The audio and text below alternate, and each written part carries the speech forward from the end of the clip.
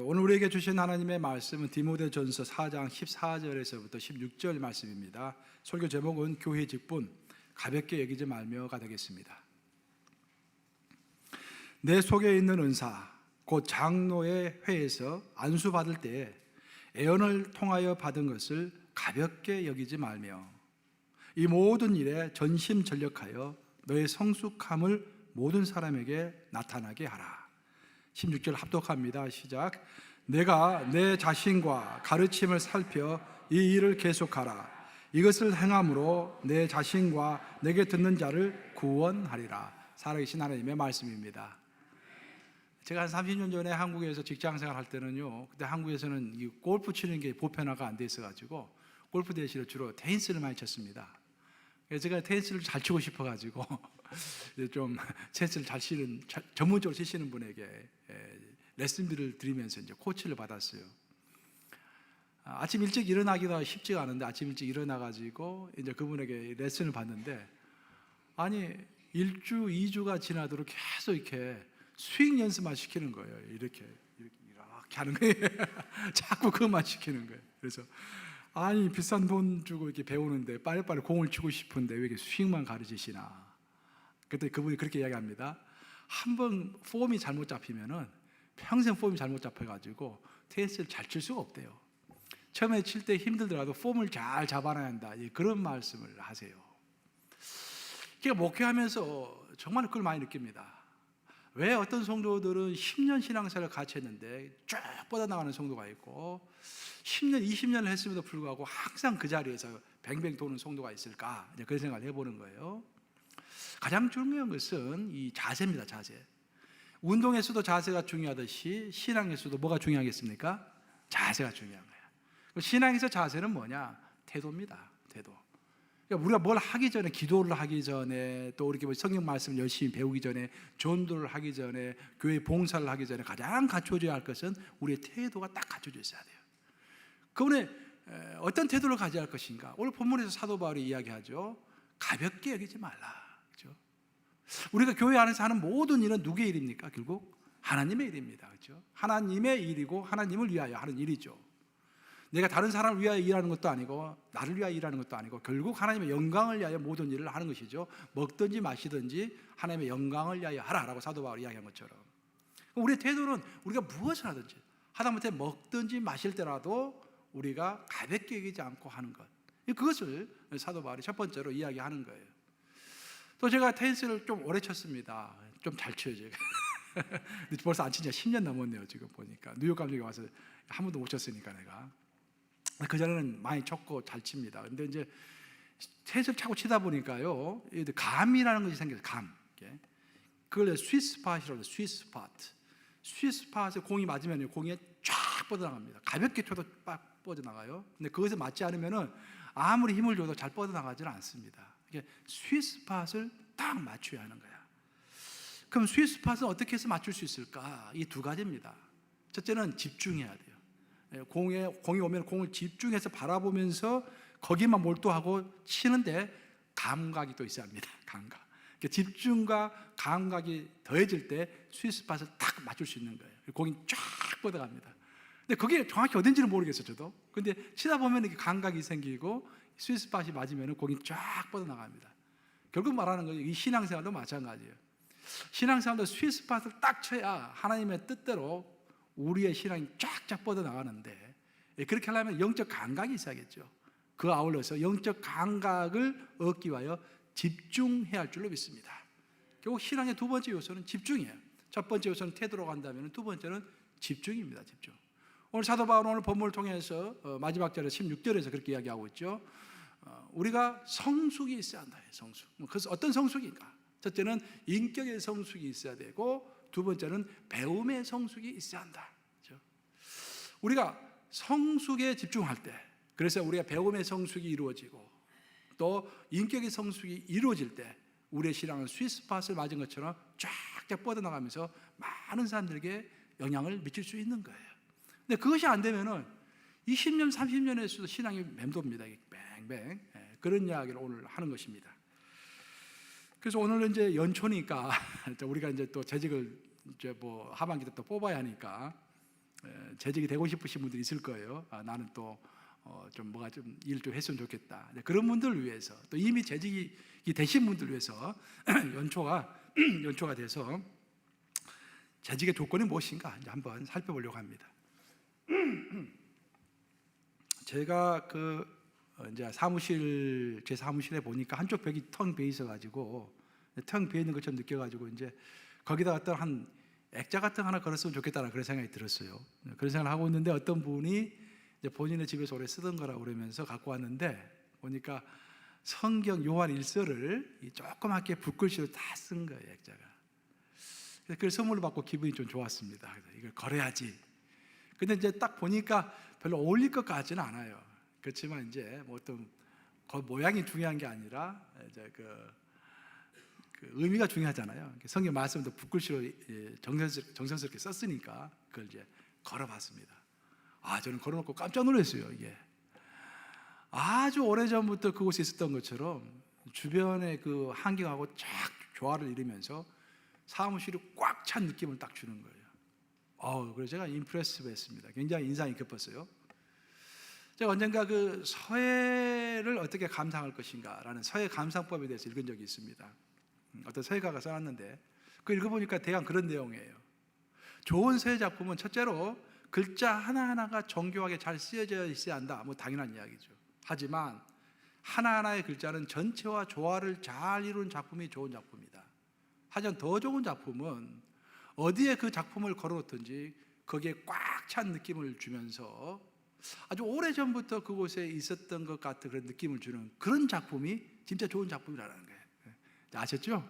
서예 작품 고를 때 그런 작품을 고르셔야 돼요. 이제 집에 한번 딱 걸어보고 이게 선택을 해야 돼요. 저는 그거를 읽고서 우리의 신앙을 설명하는 것과 같다라는 생각을 했어요. 우리가 어떤 교회 리더는 어떤 사람이 돼야 할 것인가? 물론 그 사람이 개인적으로 능력이 있는 사람이야겠죠. 오늘 일을 할 수 있는 집사면 집사, 권사면 권사, 또 뭐 울림이면 울림이 뭐 그런 능력이 있는 사람이야겠죠. 그렇지만 그 능력이 다른 사람들과 이게 조화를 이룰 수 있어야 한다는 거예요. 혼자 너무 뻗어나가 버리면 옆에 사람과 조화가 되지 않아가지고 교회가 힘들겠죠. 그리고 진짜로 우리가 원하는 진짜 그 이상적인 리더는, 교회 리더는 어디에 있든지 교회의 그 빈 공백을 딱 채우면서 그 사람이 그곳에 있음으로 인해서 교회 전체적인 품격이 이렇게 쫙 올라갈 수 있는 그런 리더가 있다고 한다면 얼마나 좋겠습니까? 그런 리더가 돼야 할 줄로 믿습니다. 사실 리더십과 관련해 가지고 아주 오랜 고전적인 논쟁 중에 하나가 뭐냐면은 리더는 태어나는 것인가 아니면 리더는 만들어지는가? 그것이 이제 고전적인 이 질문입니다. 여러분, 리더는 태어나는 것입니까 아니면 리더는 만들어져 가는 것입니까?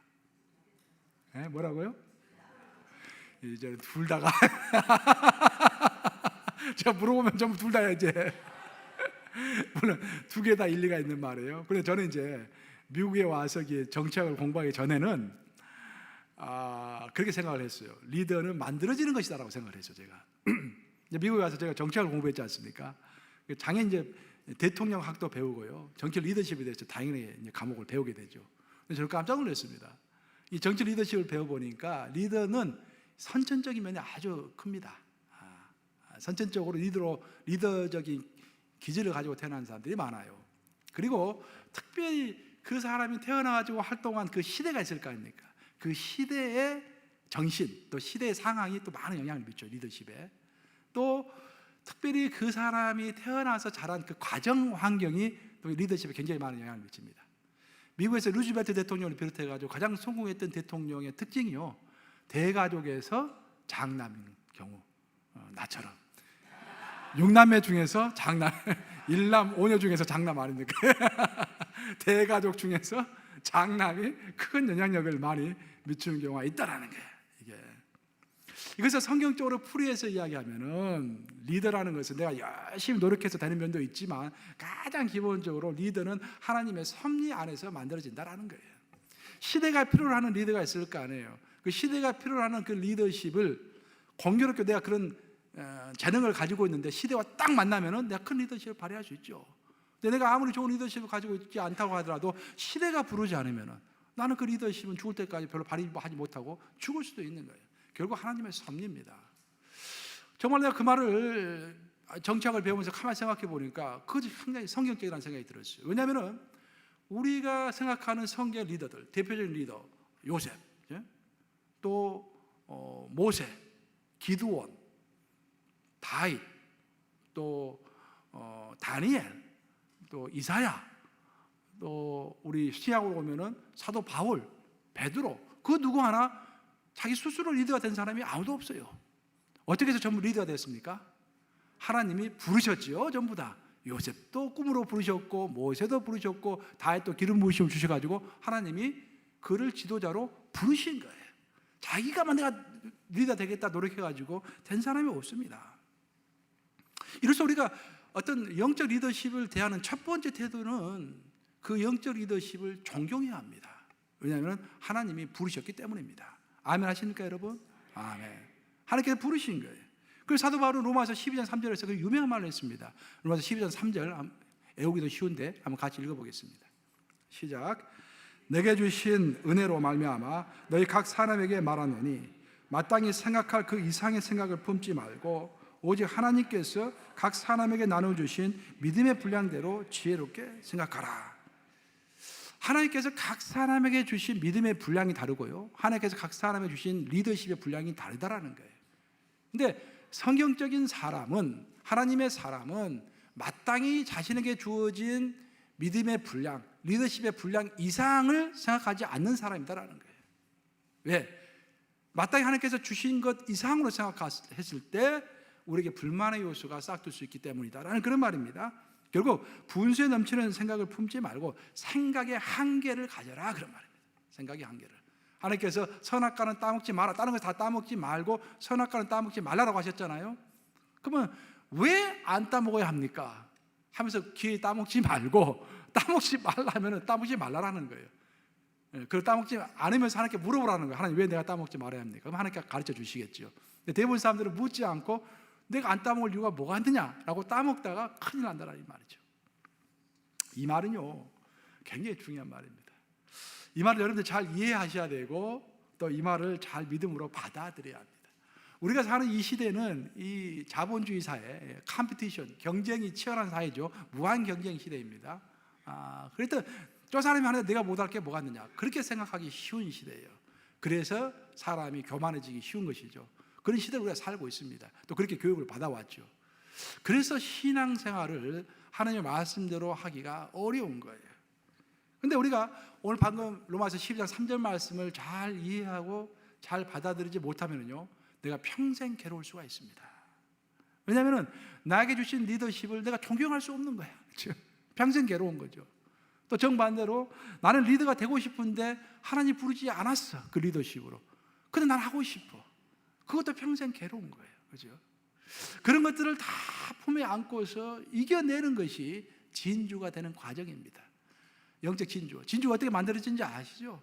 조개가 있으면 조개 안에가 자꾸 이물질이 들어오는 거 아닙니까? 조개 안으로. 조개 안으로 모래라든지 돌덩이가, 조그만 돌덩이가 들어와요. 그러면은 조개가 그것을 이겨내기 위해서 진물이 흐르는 거 아니겠어요? 몸에 상처가 생기면서 그 진물이 자꾸 나와가지고 뭉치면은 그게 진주가 되는 거예요. 그렇죠? 상처가 많을수록 진주가 되기 쉽겠죠. 이처럼 하나님은 섭리로 영적인 지도자를 부르십니다. 하지만 선택된 지도자는 하나님이 불렀다 해가지고 자동적으로 영적인 지도자가 되는 게 아니에요. 그게 성경의 이야기입니다. 하나님은 어떤 사람을 영적인 지도자로 선택하시고 부르셨으면은 그 역할을 감당할 수 있도록 그 사람을 훈련시키시죠.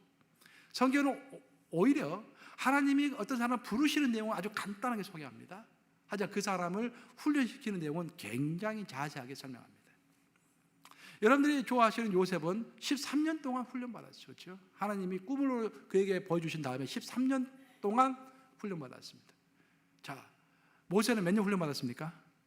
40년. 자신 있게 말씀합니다. 몇 년? 40년. 다윗은 17년. 훈련받은 거예요. 이미 그들은 다 왕으로 지도자로 부르심을 받은 사람이었어. 그렇지만 그것을 감당할 수 있는 그릇이 되기 위하여 하나님은 오랫동안 그들을 훈련시키신 것입니다.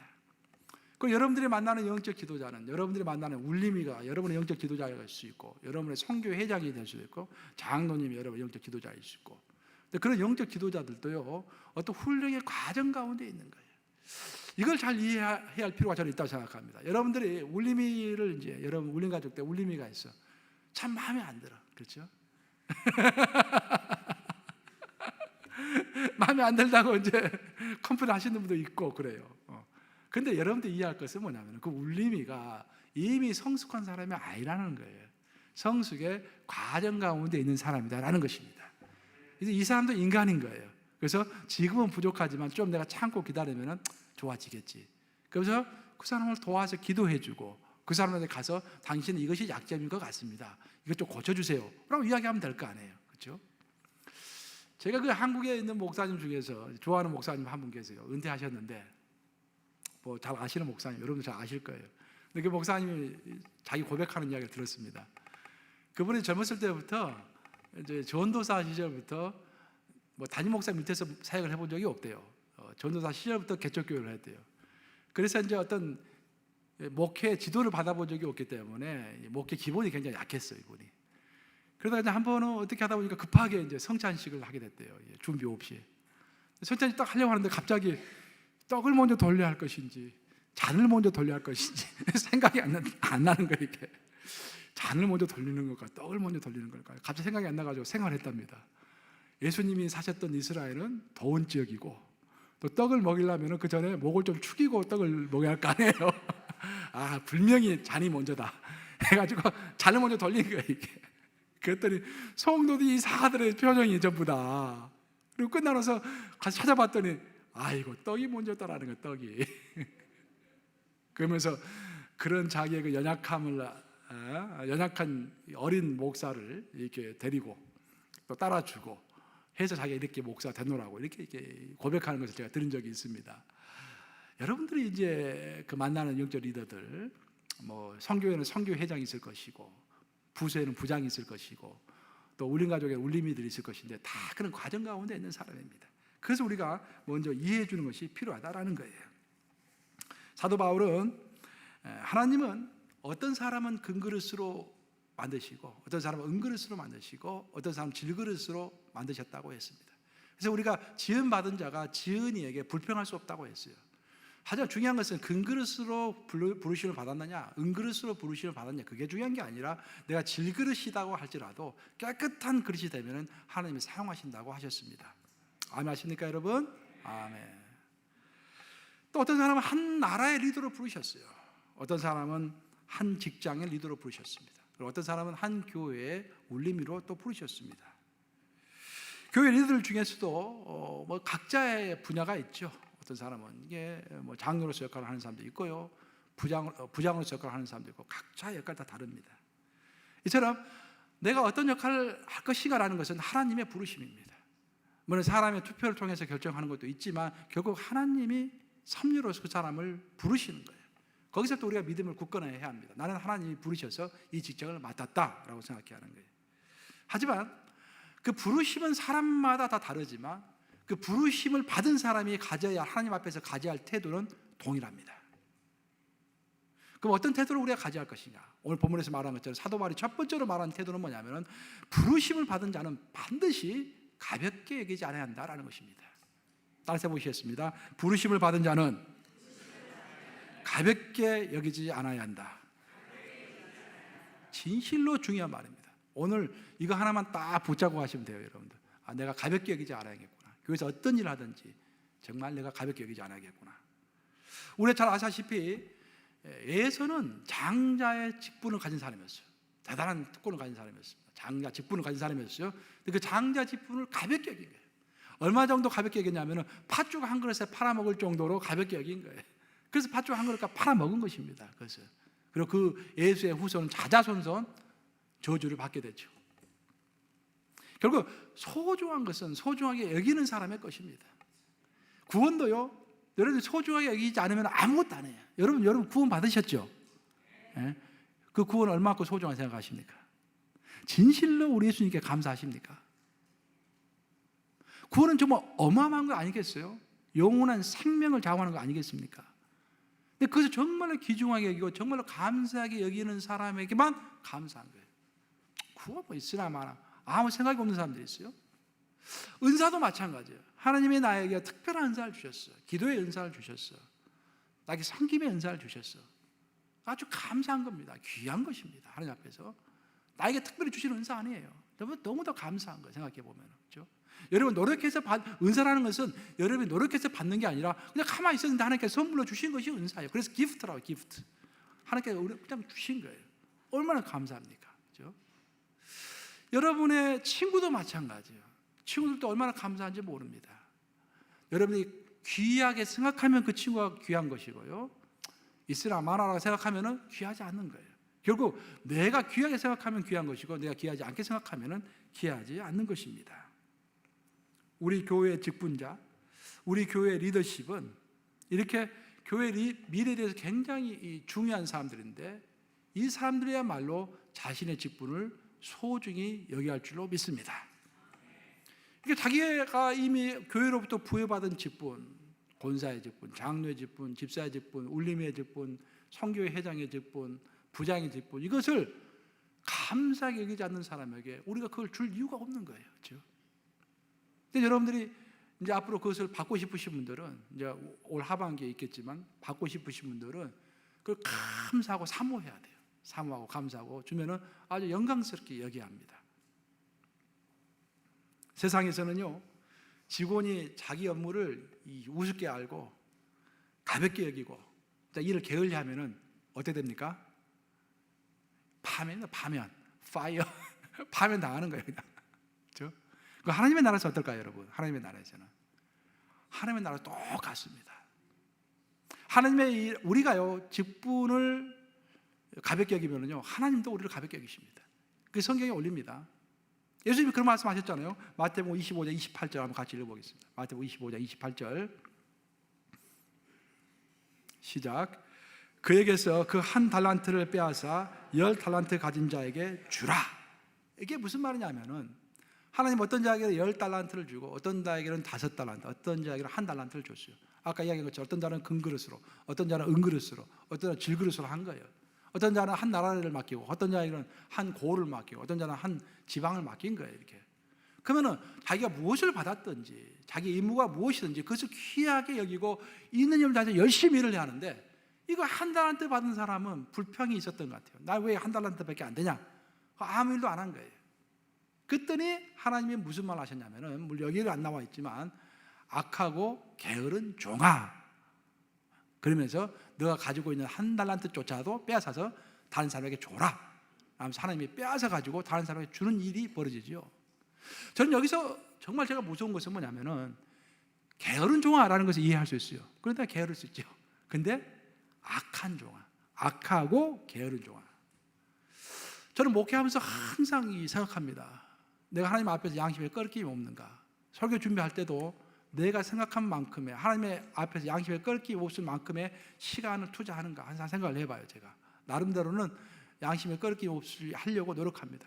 왜냐하면은 내가 그렇게 하지 않으면 하나님 나에게 게으른 종이라고 부르실 뿐만 아니라 악한 종이라고 부르시기 때문에 그 내가 현재 있는 이만큼의 영향도 빼앗아서 하나님이 다른 사람에게 준다고 말씀하셨기 때문에 얼마나 무섭습니까, 여러분? 여러분이 갖고 있는 직책이 적은 직책이 아닙니다. 하나님 앞에서 상급을 쌓는 직책이에요. 그렇죠? 집사 직분, 권사 직분, 장로 직분, 특히 울림이 같은 경우는 얼마나 중요합니까? 그렇죠? 그 울림의 직분을 가지고 하나님 앞에서 상급을 쌓을 수 있는 기회를 주신 거예요, 여러분들에게. 그렇죠? 그럼 있는 힘을 다해서 저를 감사하게 여기면서 열심을 낼 때 하나님이 얼마나 기뻐하시겠습니까? 이경주 집사님 고개 숙이지 마시고 잘 기억하세요. 우리 울림이 오늘 본문에서 말하는 영적 리더가 갖춰야 할 첫 번째는 물론 이제 가볍게 여기지 말라는 말이었고 두 번째로는 성숙을 향한 열망을 가져라 그런 이야기를 하는 거예요. 오늘 15절에 보시면은 성숙함을 보여라 그 말인데 15절 같이 읽어볼까요? 오늘 본문 15절 시작. 이 모든 일에 전신전력하여 너의 성숙함을 모든 사람에게 나타나게 하라. 그래서 중요한 것은 뭐냐면 너의 성숙함이 모든 사람에게 나타나게 하라. 즉 모든 사람이 알아차릴 수 있을 정도로 너의 진보가 있어야 한다. 어떤 사람이 권사가 됐어. 그런데 한 2달 지나가지고 아니 우리 김 집사 김 권사 되더니 완전히 달라졌네. 그런 얘기를 들어야 한다는 거예요. 완전히 달라져. 이 사람이 권사가 됐는지 뭐 평소에도 집사가 됐는지 전혀 표가 안 나면 안 된다는 거예요. 우리가 어떤 다른 사람이 느낄 수 있을 정도로 영적인 진보가 있어야 한다. 그것이 영적인 리더다라는 거예요. 영적 리더는 죽는 그날까지 사도 바울처럼 영적 진보를 이루어야 한다는 거예요. 내가 다 이미 얻었다함도 아니요. 사도 바울 그렇게 얘기했죠. 얻었다함도 아니요. 내가 그 목표를 향하여 달려가노라. 사도 바울이 누굽니까? 아니 놀라운 지도자 중에 지도자 아닙니까? 근데 그 사람이 내가 아직도 얻었다함이 아니요. 다 이루었다함도 아니다. 그렇죠? 나도 아직도 많이 부족하다. 죽는 그날까지 예수의 인격을 담기 위하여, 그렇죠? 믿음의 진보를 위하여 내가 다른 길쳐 가노라. 이게 사도 바울의 고백 아닙니까? 사도 바울이 그렇게 고백했다면 우리는 얼마나 더 그런 고백을 해야겠습니까? 하나님은 우리에게 생명을 주셨죠. 그걸 하나님 우리에게 구원을 주셨습니다. 큰 선물이에요.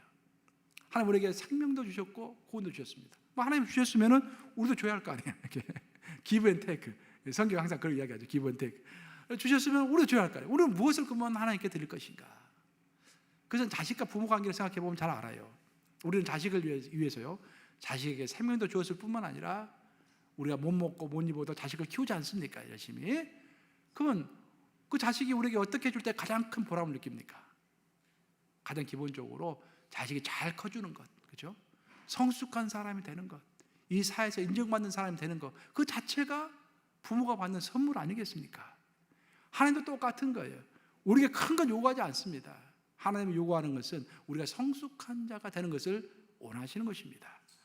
그 사도 바울은 오늘 본문을 통해서 이야기하기를 무엇보다도 영적 지도자는 특별히 성숙의 진보가 있어야 한다라는 이야기를 해요. 그럼 어떤 성숙인가? 성숙을 2가지로 이야기합니다. 6절에 보시면은 16절에 보시면은 첫째는 예수 그리스도를 닮아가는 내 자신의 성숙이죠. 2번째는 배움의 성숙입니다. 배움의 진보가 있어야 한다라는 거예요. 그 배움의 진보는 구체적으로 또 어떤 것인가 이야기하면은 하나님에 관한 지식, 성경 지식이죠. 하나님의 나라에 대한 체험, 그 신비로운 하나님의 나라에 대한 체험, 그런 것에 진보가 있어야 한다라는 거예요. 그 진보를 이루는 사람만이 영적인 리더로서의 자격이 있다라는 것을 오늘 사도 바울은 강조하는 것입니다. 첫 번째로 본다 이 부분을 좀 더 구체적으로 설명해 보겠습니다. 사도 바울은 기본적으로 우리가 성숙할 때 첫 번째 성숙은 우리의 인격이 예수의 인격을 닮아가야 한다고 했습니다. 한번 따라해 보겠습니다. 우리의 인격이 예수님을 닮아가야 한다. 이걸 이제 사도 바울이 이야기하는 거예요. 근데 모든 사람이 인격이 예수님의 인격을 닮아가기 위해서는 필수적으로 거쳐야 할 단계가 있는데 그것은 깎이는 것입니다. 어떤 조각 작품이 되려면은 대리석의 조각 작품이 되려면 깎이지 않으면은 작품이 될 수 없죠. 여러분들 그 다이아몬드 원석 보셨어요? 다이아몬드 원석을 보시면요, 그냥 돌덩어리예요. 그냥 잘 모르겠어요, 저는 이렇게 봐도. 근데 그게 이제 보는 사람들은 딱 알아차리는 거죠. 이게 다이아몬드 원석인 거야. 그 원석은 아무런 가치가 없어요, 여러분. 그 원석을 잘 이제 깎아야 하는 거야. 근데 어떻게 깎은지 아세요? 그 브릴리언트 커팅이라고 합니다. 브릴리언트 커팅. 커팅이라는 것은 깎다라는 뜻이고, 브릴리언트는 막 밝은, 이렇게 반짝반짝 빛나는, 빛나게 깎는 건데, 윗면은 33개로 깎습니다. 그 아래면은 25개로 깎습니다. 부합 몇 개입니까? 58개. 무려 58면을 깎아서 만들어야 다이아몬드가 되는 거예요. 우리도 마찬가지예요. 하나님이 우리를 부르실 때는 아주 원석이 원석. 근데 원석이 가지고 우리가 이제 어떻게 좀 하다 보니까 장로가 거기 집사가 됐어. 그럼 이 사람이 권사가 되고 장로가 되려면은 몇 번 깎게 합니까? 58번을 깎이는 거야. 한 번이 아니라 내 욕심도 깎여야 되고, 내 정욕도 깎여야 되고, 내 질투심도 깎여야 되고, 내 허세도 깎여야 되고, 내 교만도 깎여야 되고, 다 하나님이 58번을 깎이시는 거예요. 근데 참 특이한 것은 뭐냐면 하나님이 우리를 깎으실 때는요, 성경을 보면은 반드시 주위에 있는 사람을 통해서 깎으십니다. 요셉도 보세요. 요셉도 자기 형들에 의해서 깎였죠. 또 보디바르 집에 가서 또 거기서 깎였죠. 옆에 사람들이 깎아주는 거야. 그 여러분은 누가 깎아줄까요? 여러분이 제일 싫어하는 사람을 통해서 깎입니다. 머릿속에 좀 생각해 보세요. 내가 지금 싫어하는 사람이 누군가. 그 사람이 여러분을 지금 깎는 거예요, 지금. 자, 우리 옆에 분 한번 보세요. 자, 저를 깎아주셔서 감사합니다. 한번 해보세요.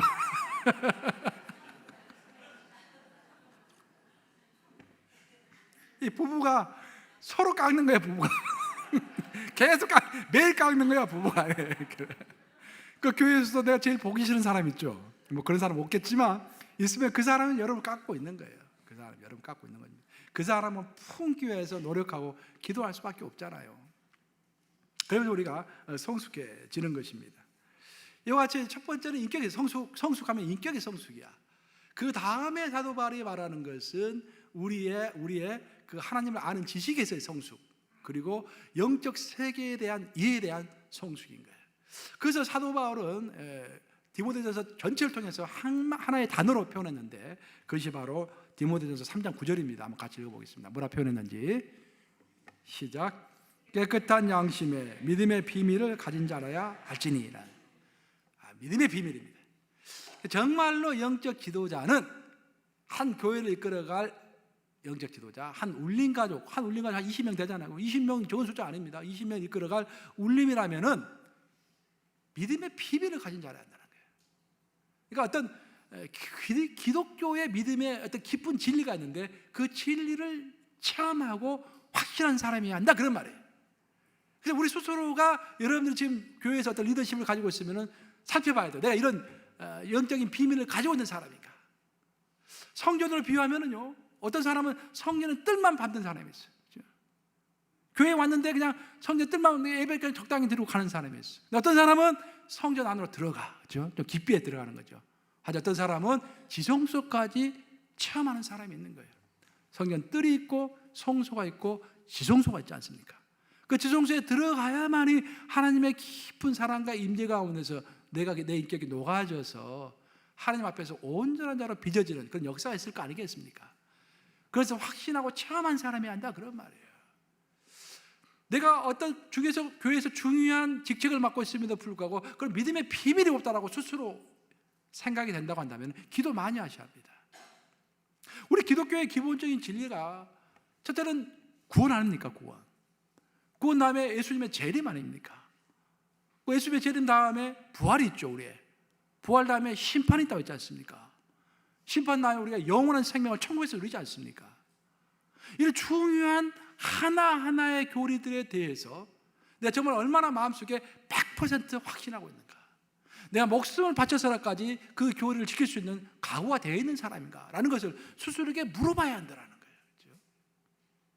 이미 하나님께서 우리에게 주신 그 귀한 선물이 무엇인가, 이미 우리에게 주신 그 권세가 무엇인가. 이 권세는 이 세상 모든 것을 이길 수 있다고 했는데 정말 내가 이 세상 모든 것을 이길 수 있는 그 권세를 내가 현재 갖고 있는 것인가. 그래서 내가 울림 가족들을 이끌기에 부족함이 없는 것인가, 내가 장로로서 권사로서 이 교회를 이끌기에 부족함이 없는 것인가 생각해야 한다는 거예요. 자꾸 장로님 이야기가 나오네. 미안합니다. 나쁜 의도가 아니고 좋은 의도 다 이야기하는 거죠. 제가 특별히 기독교인들이 가져야 할 믿음의 비밀이라고 했는데, 믿음의 비밀 중에 비밀은 뭐냐면은 역사는 하나님이 섭리하에서 이끌어 가신다라는 거예요. 그것이 마음속에 확정되어 있지 않으면 항상 불안합니다, 우리가.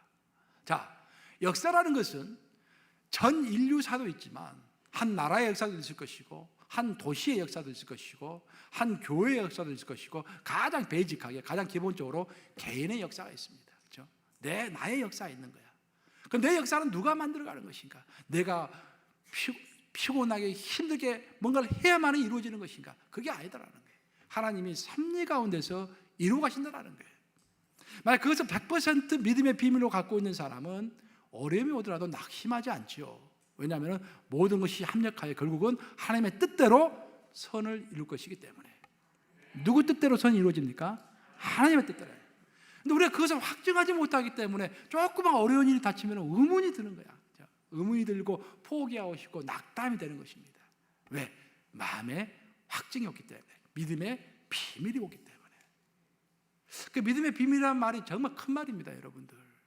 이게 아까 내가 스위스팟을 처음에 이야기했지만 그걸 치면은 거기 팍 나간다고 그랬잖아요. 근데 그게 어딘지를 정확하게 말로는 설명이 안 돼. 집중하고 내 감각이 그것을 말해주는 거예요. 마찬가지로 믿음의 비밀이 무엇인가? 그래서 여러분들이 그걸 체험하셔야 돼요. 선지자 엘리야 이야기를 좀 하면은, 선지자 엘리야가 대단한 일을 했지 않습니까? 이제 바알의 선지자들과 싸우고 450명과 싸웠어요. 그래서 이겼습니다. 그런데 이세벨 왕비가 그 이야기를 듣고 내가 반드시 엘리야를 죽일 것이다 라고 하니까 엘리야가 너무 겁이 났습니다. 참 이상해요. 크게 큰 전쟁을 해서 이긴 사람이 또 한 사람의 말에 이렇게 벌벌 떠는 것은 또 이상합니다. 그래서 너무 무서워가지고 엘리야가 도망간 거예요. 도망가다 너무 힘이 든 거예요. 힘이 드니까 그냥 엘리야가 하나님한테 한탄합니다. 우리가 그렇잖아요. 너무 힘들면 그리고 하나님한테 한탄하게 돼 있잖아요. 하나님! 그렇게 이야기 나와요. 이제 열왕기 상을 읽어보면 그렇게 이야기가 나옵니다. 하나님, 내가 특심이라는 말 나오죠. 열심히, 특별한 마음으로, 특심으로 하나님을 이렇게 섬겼더니, 근데 평범하게 섬겼으면 아무리 일이 없을 건데 특심으로 섬기다 보니까 내 주변에 적들이 많이 생겼고 사람들이 다 떠나버리고 이제 나 혼자 남았습니다. 차라리 이럴 줄 알았더라면 내가 열심히 하지 말고 적당히 할 건데 특심을 가지고 열심히 했더니 다 내 주위에 적들 뿐입니다. 도대체 나 혼자 남았습니다. 차라리 죽는 게 낫겠습니다 라고 하나님께 이야기하죠. 한탄하죠. 하나님이 뭐라 하셨습니까? 하나님 또 응답하세요. 하나님이 엘리야야, 절망하지 말라. 너 주위에 몇 명을 나게 두었다? 7,000명, 바알에게 무릎 꿇지 않는 7,000명을 내 옆에 남겨두었다. 여기서 문제가 되는 것은 뭐냐면은 그분은 7,000명씩이나 했는데 왜 엘리야는 자기 혼자라고 생각했을까? 엘리야는 영적 침체에 빠져 있는 것입니다. 왜 엘리야는 영적 침체에 빠져 있는 것인가? 믿음의 비밀을 확증하지 못했기 때문입니다. 어떤 상황 가운데 있든지 하나님 나와 함께 하신다. 어떤 상황 가운데 있든지 하나님이 피할 길을 내주신다. 어떤 상황 가운데 있든지 모든 것이 합력까지 선을 주신다. 그것이 믿음의 비밀인데 그 믿음의 비밀을 확증하지 못했던 거예요. 그래서 너무 어려우니까 나 혼자라고 생각했던 것입니다. 하나님이 그것을 교정시켜 주시죠. 이렇게 우리 영적 침체에 빠지고 믿음의 비밀을 가지고 있지 못하면요, 우리 시야가 좁아집니다. 저도 목회하면서 그런 걸 많이 느껴요. 내 영적 비밀을 딱 가지고 자신감 있게 성령의 그 확증 100% 마음에 믿고서 나가면요, 마음이 굉장히 넓어집니다. 넓어지고 그냥 그 위에서 그냥 가는 것 같아요. 비행기가 뜰 때 보면은 밑에서 막 비가 내리죠. 근데 비행기 타고 가면 어떻게 됩니까? 구름 위를 비행기가 날아가죠. 그러니까 햇빛이죠, 그걸 전부 다. 그렇잖아요. 꼭 구름 위를 날아가는 기분이야. 그런데 믿음의 비밀이 확증되지 않으면은, 하나님이 함께 하신다는 것이 확증되지 않으면은 하는 것마다 불안해. 하는 것마다 화가 나. 그렇죠? 그래서 기독교 영적 지도자는 그 어떤 상황 가운데서도 하나님이 나와 함께 하신다라는 그런 믿음의 비밀을 간직해야 할 줄로 믿습니다. 이제 말씀 마무리합니다. 오늘 본문을 통해서 사도 바울이 말하는 기독교 지도자의 자격은, 첫 번째는 가볍게 여기지 말라. 자기가 받은 직분을 가볍게 여기지 말라. 그 무엇이 됐든지. 두 번째로 성숙을 향해서 나아가라. 성숙, 어떤 성숙인가? 인격의 성숙과 배움의 성숙이다. 그래서 한마디로 요약하면은 믿음의 비밀이다. 지도자, 영적 지도자들은 믿음의 비밀을 가지고 확증하고 흔들리지 않는 사람이다. 그런 이야기를 하는 거예요. 하지만 이것은 사도 바울의 설명이고 우리 예수님은 여기다가 한 가지를 더 설명하셨습니다. 아니, 더 설명했다기보다는 사도 바울이 설명한 이 두 가지, 영적 성숙과 가볍게 여기지 않는 태도, 이것의 기본이 되는 한 가지를 말씀하셨어요. 예수님은 베드로를 부르셔가지고 그를 교회 기둥으로 세우시기 전에 베드로에게 3번 물었습니다. 뭐라 물으셨습니까? 너가 나를 사랑하느냐? 이 키포인트인 거예요. 예수님은 지도자라는 것은 다른 사람에게 영향력을 미치는 사람이 지도자인데, 예수님은 자기를 사랑하지 않는 사람에게 양떼를 맡기지 않으십니다. 그러니까 여러분들이 지도자가 되고 싶으면 가장 먼저, 가장 베이직하게 해야 할 게 예수님을 사랑하는 거예요. 예수님께 충성하는 것입니다. 더 나아가서 우리의 사랑과 충성은요, 예수님을 향한 사랑과 충성이어야 하지만 동시에 자기가 맡겨진 교회를 향한 사랑과 충성이어야 돼요. 뉴욕 감리교회에서 영적 지도자 된 사람은 최우선적으로 뉴욕 감리교회를 사랑해야 합니다. 아멘 하십니까 여러분? 그러니까 뉴욕 감리교회에 충성해야 돼요. 여러분들 성찬을 든다는 의미가 얼마나 중요한지 모릅니다. 성찬은 여러 개의 미랄이 으깨어져 가지고 한 덩어리의 떡이 되지 않습니까? 우리 성도들이, 이렇게 많은 성도들이 으깨어져 가지고 한 덩어리의 떡이 되었다라는 것이 성찬의 의미입니다. 자기가 성찬을 든 그곳이 자기 모교인 거예요. 어디에 있든지 그 교회를 위하여 최우선적으로 그 교회에 헌신해야 하는 것입니다. 다른 교회는 부차적인 것이죠. 우리는 세계를 위해서 일하고 싶다고 이야기를 많이 해요. 그리고 하나님의 영광을 위하여 땅 끝까지 이루고 싶다고 이야기를 많이 합니다. 별의별 행동들을 할 수 있어요 우리가. 하지만 중요한 것은 하나님이 원하시는 것은, 하나님은 이 많은 교회들을 하나로 통합하지 않으셨어요. 구약의 시대는 성전 하나만 있었죠. 그 성전에 모든 사람들이 모여야 했죠. 하지만 신약의 시대에 와서 성령의 시대가 되면서 하나님 각 지역마다 지역교회를 세우셨습니다. 사도 바울이 세웠죠. 각 지역마다 빌립보 교회, 고린도 교회 하는 식으로 세웠습니다. 그리고 그 교회를 통하여서 하나님은 세계를 바라보기를 원하시는 거예요. 여러분 진실로 세계적인 사역을 하고 싶으십니까? 그러면 여러분이 몸담고 있는 이 뉴욕 감리교회를 통하여 바라보는 것입니다. 교회는 안경과도 같은 거예요. 안경을 끼우고서 세상을 바라보지 않습니까? 뉴욕 감리교회, 내가 발딛고 있는 이곳에서 전 세계를 바라봐야 할 줄로 믿습니다. 그것이 성경적인 거예요. 그래서 예수님께서는 뭐라고 말씀하셨냐면 작은 일에 충성된 자에게 내가 큰 일을 맡기리라 라고 말씀하셨습니다. 예수님 말씀하신 작은 일이라는 것은 무엇인가? 내가 발딛고 있는 바로 그것이요. 그것이 작은 곳인 거예요. 여러분 직장, 여러분의 가정, 여러분의 교회, 그것이 작은 곳입니다. 그 작은 곳에서 충성을 다할 때 그 작은 곳을 통하여서 하나님이 큰 일을 하게 하신다는 거예요. 여러분의 이 뉴욕 감리교회에서 작은 일에, 성가되면 성가대, 울리면 울림이 그 작은 일에 충성할 때 그 작은 일에 충성하는 자를 들어서 땅 끝까지 이르게 하신다는 거예요. 세계적인 사역을 하게 하신다는 것입니다. 그 말씀 믿으시면서 믿음의 비밀을 가지시고 항상 가볍게 여기지 않는 태도를 가지고 2020년에 놀라운 하나님께서 임명하신 지도자들이 다 되시기를 주님의 이름으로 축복합니다.